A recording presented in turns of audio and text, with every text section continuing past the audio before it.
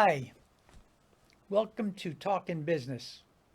I'm Joe Catrambone, CEO of the Stuart Martin County Chamber of Commerce, and I'm happy today to have Etienne Bourgeois with Frazier Creek Breweries and Distilleries with me as my guest today. Etienne, Thank you, welcome. Joe. Welcome. Thank you. Glad to be here. Appreciate you taking your time out of your busy day to come up here and chat with me for a while. So, one of the things I always ask people, and I think I went over this with you before, the Treasure Coast, and especially Martin County, is such a unique place. It's a little speck on the map. What brought you here? Well, pretty interesting story. So I'm originally from Philadelphia. Moved down here to actually to Palm Beach County in 2002, and in 2004, I'm a civil engineer by trade. That's what I Oh, do really? all day, every day. It's a Not hobby? just make beer. It's a hobby? Started as a hobby, and but hobbies can turn into business sometimes. So That's a good thing. oh yeah. So in 2004, Hurricanes Francis and Jean hit, I and remember him well. I was looking for a job, and I came up and interviewed at CapTech Engineering. Joe And Capra. yes, sir. And a month later, when I came up to interview, I fell in love with Jensen Beach, um, and I moved 2 months later, and I've been here ever since. So Great. Well, you're a great addition to the community. Thank you for doing that. I'll have to thank Joe Capra. oh yeah, I haven't we're still seen. friends, Is still he? very good I friends. haven't seen it in a while, but yeah, Joe's a good guy. He's been a member of the chamber forever. Yeah. Yeah. So tell us about tell us about your brewery and distillery. What's unique? You Well, know? I would say one of the most unique things is that we are a brewery and distillery. We make everything from scratch on site. We don't buy neutral grain spirits to make our spirits. We do everything from scratch. And not only are we a brewery and distillery, we're also a cidery, a winery. We make craft sodas, non-alcoholic. Um, so we do vodka-based seltzers. We have a lot of different products, 23, 24 beers on tap all the time. We always have two seltzers available, two ciders. We have 13 spirits. We produce a lot, and um, we pride ourselves on having something for everyone. Do you offer other brand beers from you sub Budweiser? We do not. Okay, so it's Um, only your it's what all your our distill. stuff, but um, with, since we produce so many different styles, we can usually find something that everyone will enjoy. A few months ago, we came out with Frazier Light, our light American lager, and for the macro drinker, the folks that like the Budweiser and the Miller Light, we have not had any complaints when it comes to Frazier Light. They all love it. Yeah, I enjoy a good cold beer like after I get done playing golf. But I enjoy a good cold beer when I'm having dinner. Or Sure. and I'm not a traditional beer drinker. I don't like regular beer. I like light beer. Hmm. So I mean, traditional beer. I think probably traditional beer drinkers drink a heavy lager or a lager rather than a light beer, don't they? Well, everyone Everyone's is different. different. I know that. Everyone is different, and I'll tell you, you think that the all the people that are into craft beer and they're going to drink the real heavy stuff. We have a 12% ABV Russian Imperial Stout. Well, a lot of people love that beer. The people that are really into craft beer and the other brewers around the area, when they come in, they go right for Fraser Light. So the light beers are the most difficult to produce because there's nothing for any if there's any off flavors, there's nothing for them to hide behind. So you have to produce a really really clean beer, and it's not easy, but we do it well. Well, yeah, I've heard. And I have to apologize. I haven't been there yet, but I will be. Okay. Again, what's your menu? So we don't have food. Oh, you have no food. We have food trucks, and they vary. Every Thursday we have Angels Empanadas, Oh, and then okay. Friday, Saturday, Sunday we have local food trucks, mostly from Martin County, that come by and serve food. We do have some snacks. We have beef jerky and popcorn and um, some chips and things like that. But Miss Peter's fish dip, everybody always loves Oh, that. that's a favorite. I But- love it too. But with our licensing, we cannot prepare any food. Okay, so I got you. What is there anything unique that you found about Mount Martin County and being here?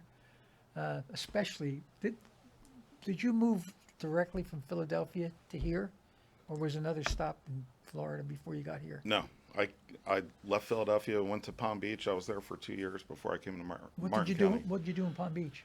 Were you doing engineering? Yeah, yeah. So you didn't get into the brewery business till you came up here. I started home brewing in 2011 when I joined the Treasure Coast Brewmasters. Fantastic homebrew club. They taught me how to brew. I became an award-winning brewer within the first year. Went on, won. I have national awards.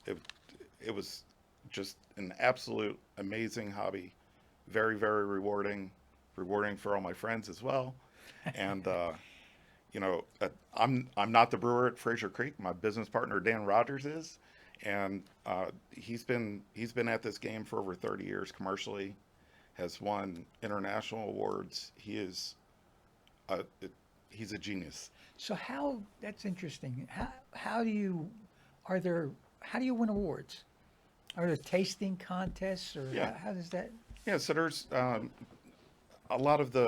there's just like everything else, there's professional societies, and those professional societies host large competitions.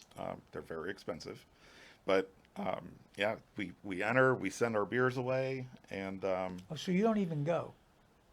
Is go it to like the a award show? ceremony. Yeah, But but I mean, like, do they have a show where there's tasting contests, or is it just done by? there'll be a pool of judges. There might be 60, 70, 80 judges, and they're Oh. sitting in a room for 4 or 5 days. Getting drunk? It happens. I'm sure. So I am also a beer judge. What a good job. That's a good Yeah. job. They get Yeah. paid for that? No, you get paid in In beer? in a buzz. So but I train beer judges. It can be a lot of fun. It can also not be so much fun because sometimes what you taste in competition is not very good.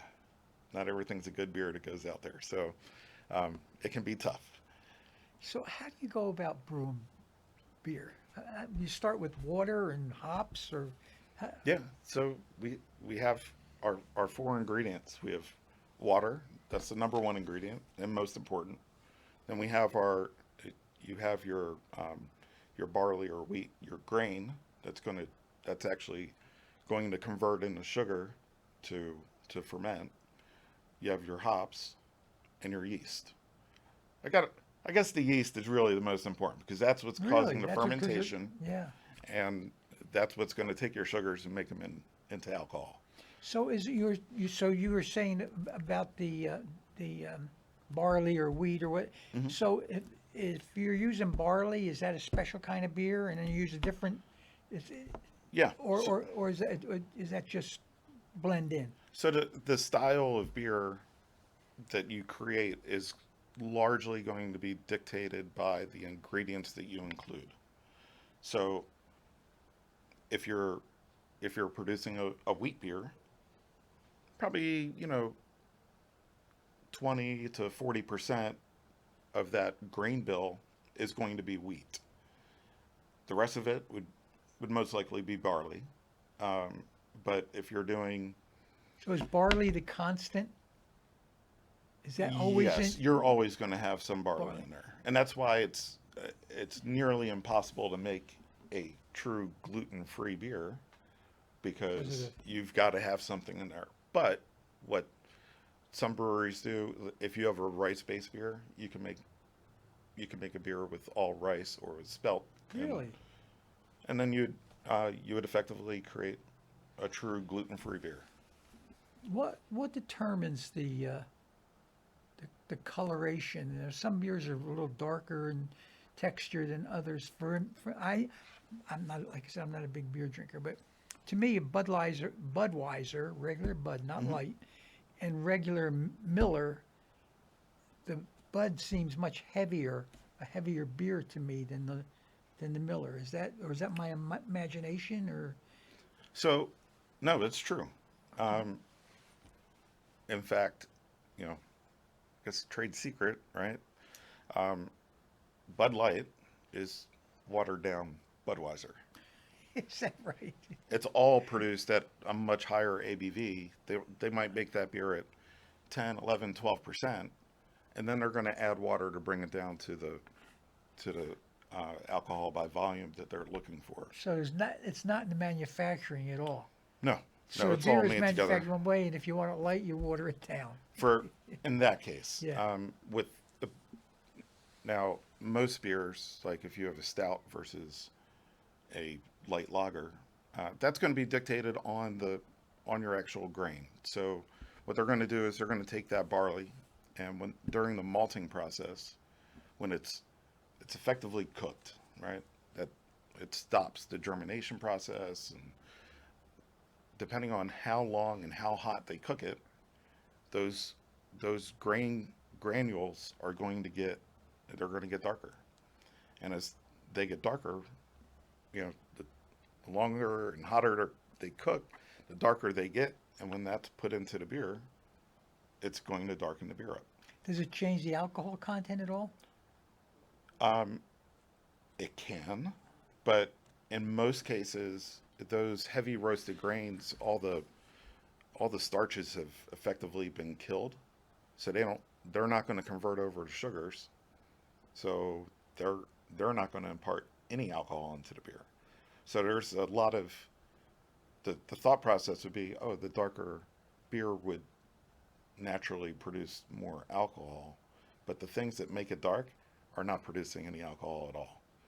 So that's a misconception, Yeah. because that's what I thought.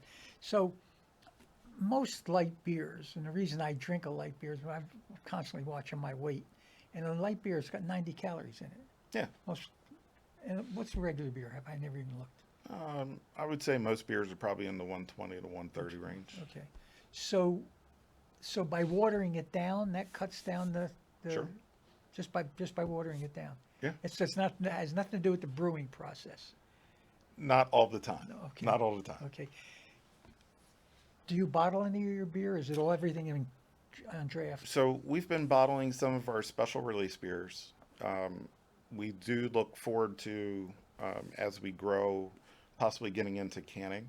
The can tends to be the most desired package out on the market today. Yeah, why is that? I like a bottle. It doesn't break on your boat.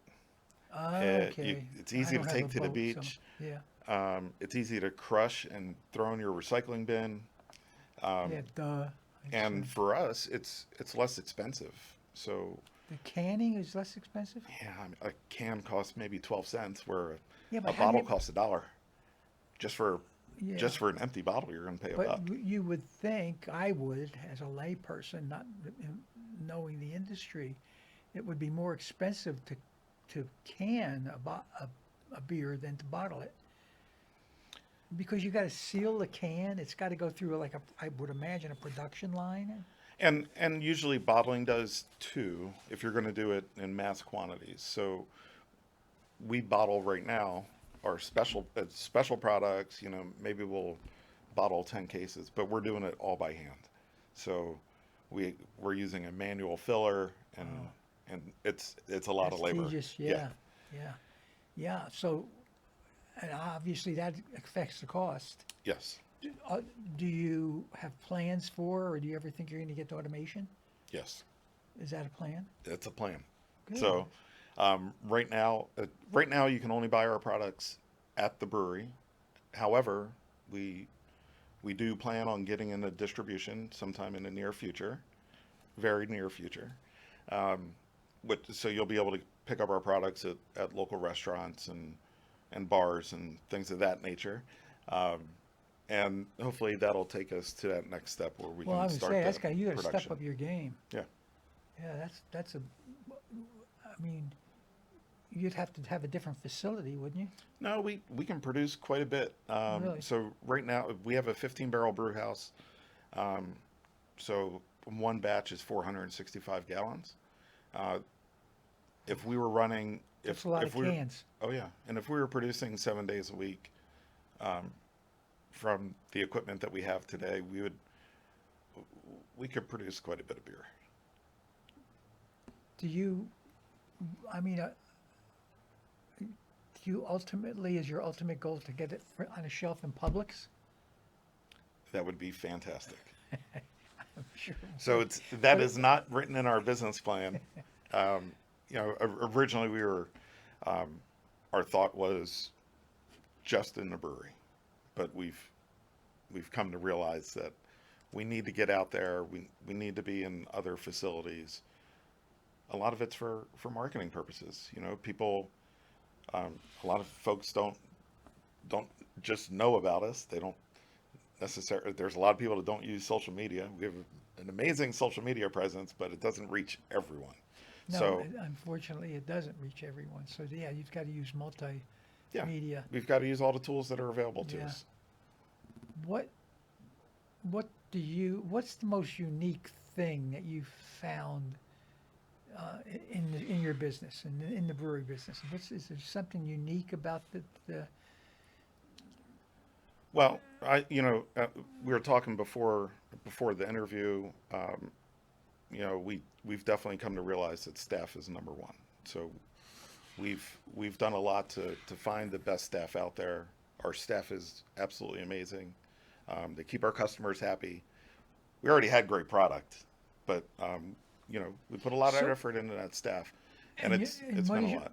so when you say staff, are you talking about servers? Or, Yeah, so we don't since we don't have food, our our bartenders, our general manager Jabel is fantastic, and he's done a great job at hiring bartenders that um, you know they're great with our customers. They're great at mixing cocktails in the cocktail lounge, great at pouring beer in the uh, tap room, and it's they really keep this thing going well, and it's keep so us important up to and have running. Yeah, that relationship between the customer and the. Are you familiar with our Career Connect program? I am not. We have a program. It's called Career Connect, Martin, and we find people jobs. So if you talk to Gina on our staff, Angela kind of oversees it, but Gina runs the program. It's called Career Connect, Martin. And so we have people coming in all the time looking for jobs. We, at one time, were trying to get funding. In fact, we're in line to get a grant in a week or so. So the way the program started out is we got ARPA funds, Okay. and we had $500,000, whatever it was, in the ARPA funds. And so we were able to, you came into our office for a job, we screen you, and then we put you in a business and we pay you $15 an hour while you're training for 4 weeks. And after the 4 weeks, if that business hires you, it's a win-win. Oh, And so we've placed over 80 people in jobs.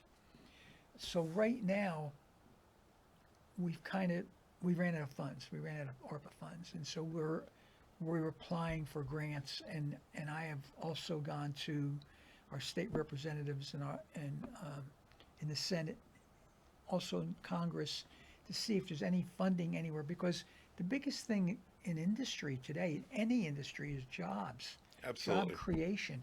We're answering. To me, I've said in my chamber career, I think it's the most significant thing that we're doing for our members, because everybody says, I can't hire people. I need people. So we're providing that void. And so while right now we might, I don't think we're paying the $15 an hour for 4 weeks because we ran out of money, but we're still placing people. So we vet the place of business. You know, we're not going to send somebody comes into our house looking for a job. We're going to send them to a hellhole that, you know. So if you would talk to Gina. I think I will. With us nearing getting into distribution and ramping up production, we are going to need help in the brewery, and this could be an opportunity for somebody to really get into a pretty amazing career path.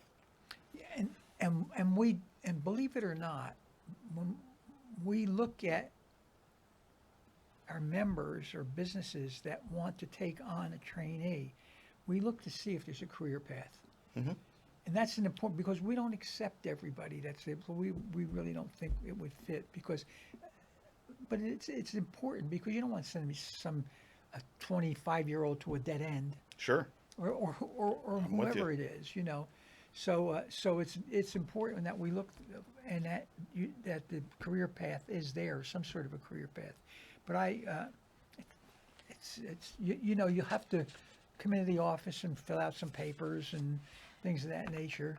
And like I said, so we not only vet the trainee, but we vet the employer too.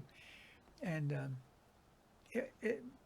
I think, like I said, to me, it's the most significant thing we've done to fill our members' needs, and so we're trying to keep that program going. So we're winding down. Is there anything that we missed that you'd like to talk about? Well, we talked about the food trucks on the weekends. One of the other great things on the weekends that we do, we have live music. We also do a number of parties with DJs. We have our facility is 9,000 square feet, and the beer tap room is 3,500 square feet. Wow. So we have a lot of space. People like to come and have a lot of fun. And, you know, you can find us on Facebook and Instagram, our website, Frazier Creek, Stuart, FLA.com.